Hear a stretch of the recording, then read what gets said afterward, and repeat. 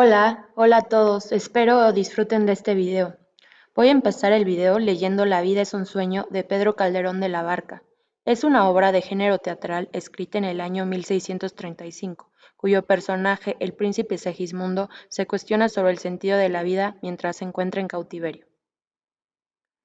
Es verdad, pues, reprimamos esta fiera condición, esta furia, esta ambición, por si alguna vez soñamos. Y si haremos, pues estamos en mundo tan singular que el vivir solo es soñar, y la experiencia me enseña que el hombre que vive sueña lo que es hasta despertar. Sueña el rey que es rey, y vive con este engaño mandando, disponiendo y gobernando. Y este aplauso que recibe, prestado, en el viento escribe, y en cenizas le convierte la muerte, desdicha fuerte, que hay quien intente reinar, viendo que ha de despertar en el sueño de la muerte. Sueña el rico en su riqueza, que más cuidados le ofrece. Sueña el pobre que padece su miseria y su pobreza. Sueña el que a medrar empieza. Sueña el que afana y pretende. Sueña el que agravia y ofende. Y el mundo, en conclusión, todos sueñan lo que son, aunque ninguno lo entiende. Yo sueño que estoy aquí, de estas prisiones cargado, y soñé que en otro estado más lisonjero me vi. ¿Qué es la vida? Un frenesí. ¿Qué es la vida? Una ilusión, una sombra, una ficción. Y el mayor bien es pequeño, que toda la vida es sueño y los sueños, sueños son. Comencé con este poema ya que es uno de mis preferidos y considero que plasma de manera muy acertada y bella la dualidad entre la realidad y el sueño, que es justo de lo que voy a profundizar durante este video, del capítulo de la analogía del sueño de la obra de Paul Ricoeur. Primero que nada, es importante entender las 5 fórmulas que menciona el autor, las cuales dan al sueño valor de modelo. La primera es que el sueño tiene un sentido. El contenido del sueño lo componen pensamientos, los cuales tienen una fuerte relación con los pensamientos que tenemos en estado de vigilia. La número 2 es que el sueño es la realización disfrazada de un deseo reprimido, en el cual entra la hermenéutica del desciframiento al ser un tipo concreto de interpretación. El sueño se encubre del deseo, el cual debe de ser reprimido, pero este mismo busca el sentido. La tercera fórmula nos habla del trabajo del sueño, que no es más que el disfrazamiento del deseo reprimido, que menciona la fórmula número 2. En los sueños utilizamos mecanismos de defensa más primitivos que normalmente utilizamos en nuestra vida diaria. Cuando estamos despiertos. Los más comunes son la condensación, que es un mecanismo por el cual elementos del inconsciente se reúnen en una sola imagen, objeto o persona. Consiste en varios significados en un mismo símbolo.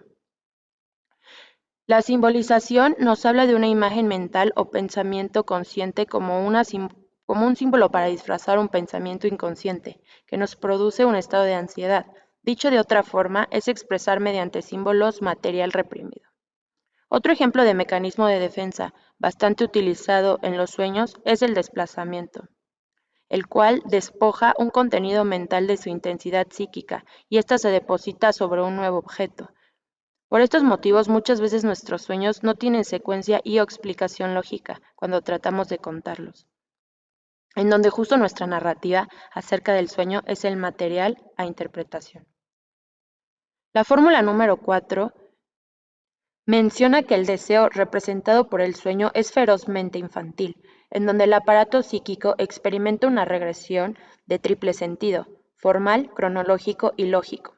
El formal se refiere a la imagen, el cronológico a esta regresión a la infancia, y el lógico al deseo y al placer.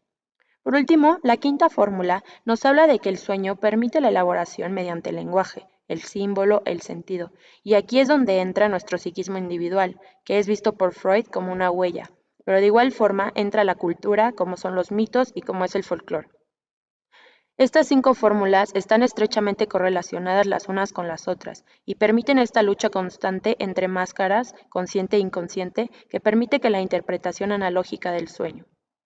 Ahondemos un poco más en la definición del Freud del símbolo, como una huella del psiquismo individual, en donde el lenguaje del deseo tiene diferentes concepciones según la persona, por lo que la interpretación es diferente en todos los casos y el desciframiento bastante complejo. por lo que Freud decide apoyarse de la interpretación de la propia cultura, para partir de lo general a lo particular y darle al modelo del sueño un significado universal. Sin embargo, para que el sueño se entregue a la teoría general del sentido, es necesario que se integre en la expresión del mundo, característica de la vida diurna. Como menciona Paul Ricoeur en El sueño, es el pórtico real del psicoanálisis, en donde lo nocturno del día se revela en lo nocturno del hombre. Lo nocturno del día se refiere a esta constante del ser humano de realizar los deseos y las manifestaciones latentes del inconsciente cuando se sueña despierto. El autor hace una diferenciación entre la fantasía diurna de la fantasía inconsciente. La primera logra integrar conjuntamente el presente, el pasado de la infancia y el futuro de la realización del sueño.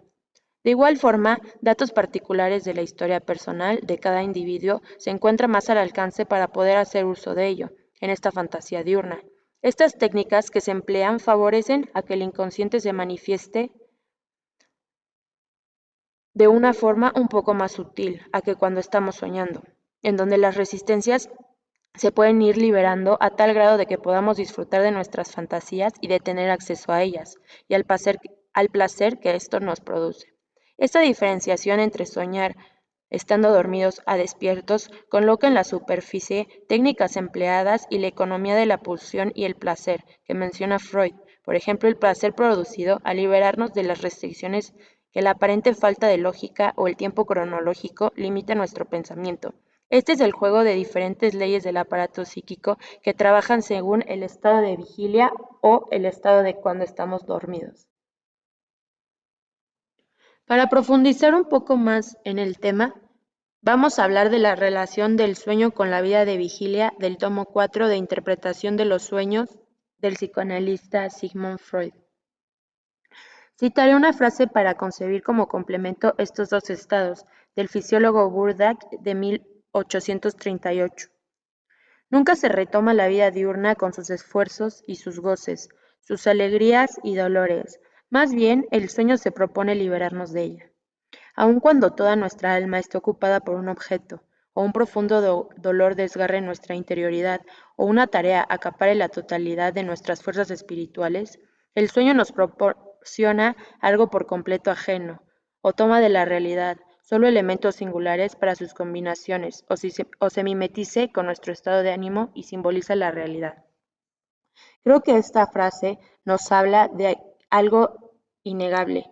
Los seres humanos estamos en un constante ciclo entre el sueño y la vigilia. Estas dos oposiciones forman el retraimiento o la forma de escapar de la vida real y este entrelazamiento que existe, ya que después de soñar continúa la vida al despertar.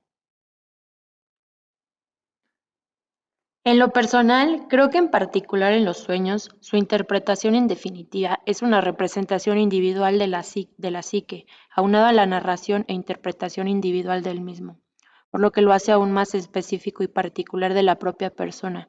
Sin embargo, creo que se pueden identificar ciertos arquetipos universales que reducen el nivel de la complejidad de interpretación y se puede partir de algo más general.